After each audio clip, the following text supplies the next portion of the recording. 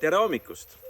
Tahtsin öelda, et mõned päevad tagasi Elle Roos esitas nõukogu liikmena, Tartu Hoiu-laenuühistu nõukogu liikmena ka määruskaebuse kohtusse, et see punamadruste seltskond, kelle kohus määras justkui asendusliikmeteks nõukogusse ja see siis omakorda ühed punamadrused nii-öelda pani siis juhatusse, et see saaks tühistatud, sest ega kohus ka selgelt on siin oma volitusi ületanud, aga see selleks.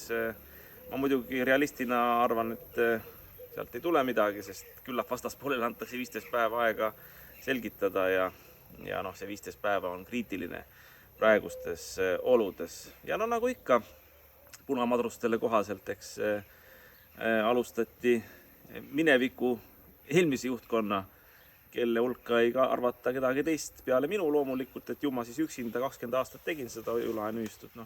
Tegin muidugi. Teised ainult said palka sealt ja ei teinud midagi. Võtsid palka ainult vastu, et polnud seal vastutust ega midagi. Aga see selleks, rääkimata liikmetest, eks ole.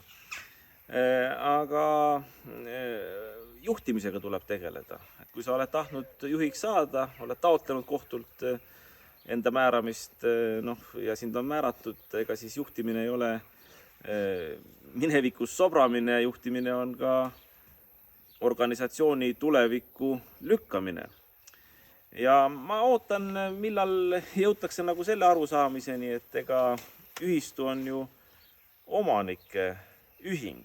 See tähendab seda, et see ei ole tavaline pank, kus on panga hoiustajad, kellele peab midagi tagama, et hoiustajad ühistus on ka omanikud. Ja loomulikult, kui siin meedia survel aastaid juba tegelikult mahitati panga jooksu, nii Tartu Hoiu-laenuühistus kui teistes hoiu-laenuühistutes, eks siis juhtkonnal oligi väga raske, kus sa pidid valima, nagu lõpuks teate seda muinasjuttu, et sul on 3 teed. Lähed ühte teed, hobune süüakse ära. Lähed teist teed, sind süüakse ära.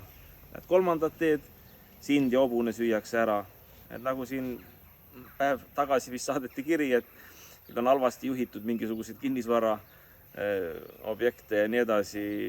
Ma ei ütleks, et halvasti, et vaadake tütarettevõtete bilansse, et need on kasumis, aga loomulikult, ega kui sul on valida, kas hoiustajale hoius välja maksta või arendada edasi kinnistuid, mille müügist tuleks kasumit ja tuleks tulevikus seda vundamenti ja raha, mis ühistut ja ühistu liikmed edasi aitaks. Ega siis see ongi seesama küsimus, et kas sind süüakse ära või hobune süüakse ära või sind ja hobune süüakse ära. Et kui omanikud ühingust raha välja tõmbavad ja ütlevad samas, et peab arendama, see on sama nagu, et süüa ma sulle ei anna, aga sittuma pead 2 korda rohkem. See ei ole võimalik lihtsalt, et meie kapitalistlikus ühiskonnas on asjade arendamiseks vaja raha ja kui rahad välja tõmmatakse, siis ongi niimoodi, et mitte majapidamine ei ole halvasti majandatud, vaid majapidamine on puruks lastud. Ja puruks lastja ei ole mitte muidugi majandaja, vaid puruks laskja, kuidas me seda nimetame. Kui meedia on panga jooksu mahitanud, siis ta ongi seda teinud. Ja kui siin räägitakse kullareservidest ja niimoodi, kulda juhatus müüs loomulikult ja müüs kallima hinna eest, kui ta ostis. Kuld ongi selle jaoks mõeldud, et vajalikes kriisisituatsioonides, kui raha välja tõmmatakse, et siis oleks mida müüa. Ja eks juhatus seda müüs ja hoiustajatele ka selle arvelt raha välja maksis. Ja kui te minu ametiautost räägite, siis ma olen korduvalt öelnud, tulge sellele järgi, muidu ma hakkan raha küsima. Mina seda kasutanud pärast ametiaja lõppu ei ole, aga minu asi ei ole seda ka kellegile kaugelt oma rahade eest tagasi tuua. Tahate oma autot, toogi see tagasi, muidu hakkan teie käest hoiustamistasu küsima selle eest. Ja muidugi siin on ka räägitud, et mingisugused dokumendid on minu käes. On räägitud ühistuõigusest, masinaühistust.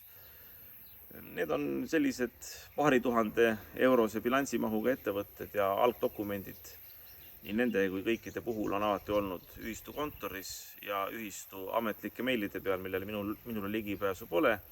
Koondregistrid tehakse CRM-i ja ühistul on 3 palgalist raamatupidajat, kes peavad edasi tegema. Pearaamatupidaja on Martin Loimet, nii et minu poole pöörduda see on küüniline ja rääkida nagu seda, et ma ei ole vastanud. Ma olen eelmisele juhatuse liikmelegi siin 6 aega tagasi Ruudo Puksile vastanud, kes selle info on ka edasi andnud. Kui nüüd uus juhatus, nii-öelda punamadrused kirjutavad mulle, ma ei ole harjunud ennast kordama, et ametlikus kirjavahetuses on ju kõik olemas. Liiatigi ma olen ju juba jaanuaris ühistu pearaamatupidaja Martin Loimetiga selles asjas suhelnud. Nii et siin taandub ka asi sellele, et kas tahetakse juhtida või tahetakse hädaldada, tahetakse kellestki halba pilti luua. Ega ma ei muretse, et ma tean, et mind nagu nii halvaks tahetakse tituleerida. Aga mul on kurb lihtsalt sellest, et ühistute süsteem on seadusandlikult põhja lastud, meedia mahitusel hävitatud ja siin ei püüta analüüsida, mis seda tegelikult põhjustas, miks riik seda tegi, kellele ühistud ette jäid, et nad hakkasid liiga suureks kasvama, et nad ei ole meie tänasesse majandusmudelisse üldsegi poliitiliselt ette nähtud ja nii edasi. Et see taandatakse nagu üksikutele isikutele, nagu näiteks mulle, mis siin salata. Ja sellest kallist õppetunnist ei saagi õppetundi, kui me ei hakka nimetama asju õigete nimedega. Nii et head inimesed, mõtleme sellele ja ütlen ka niimoodi, et Erki Pisuke, kes on siis oma liikmete kojaga 84 liiget, tema need 84 liiget, need ei ole muidugi mõjutatud tema poolt, need on muidugi, ta teeb tasuta seda, tasuta. Siis ta võtab hea kopike ikka sealt endale ka. Et need on muidugi head ühistu liikmed, kes mind volitasid ja kes mind usaldasid üldkoosolekul, kellest räägitakse 200 riiulifirmast, need ei ole muidugi ammugi riiulifirmad mitte ja mitte isegi firmad, väga paljud olid eraisikud, kes minu poolt hääletasid üldkoosolekul. Nii et see on muidugi jällegi halb ja eks tõde ongi nagu, et kes rohkem maksab ja kes rohkem suudab meediat mõjutada, selle poolel see tõde tundub, et nagu tänapäeval ongi, et ega sellega ei olegi mõtet võidelda, et Erki Pisuke maksa oma ühistuõiguse ja vahvlikohviku võlad ära Tartu Hoiulaenu ühistule ja siis on liikmetel ka lihtsam. Tee kompromiss ühistuga, sa esindad Triin Pisuke-Roosi, kes käenduse peaks välja maksma circa 15 000 eurot ühistule. Katsuge need asjad ühistule tagasi tuua. Adepti Energy laen 1,6 miljonit ja muidugi Margus Lepalt Nõmme raadio käest 150 000 tagasi taotleda, mille ta ühistule kuuluva raha nii-öelda, mis oleks pidanud ühistule laenumakseteks maksma 3 aasta jooksul Nõmme raadiosse ja mujale edasi kantis. Nii et tegelege sellega ja tegelege juhtimisega.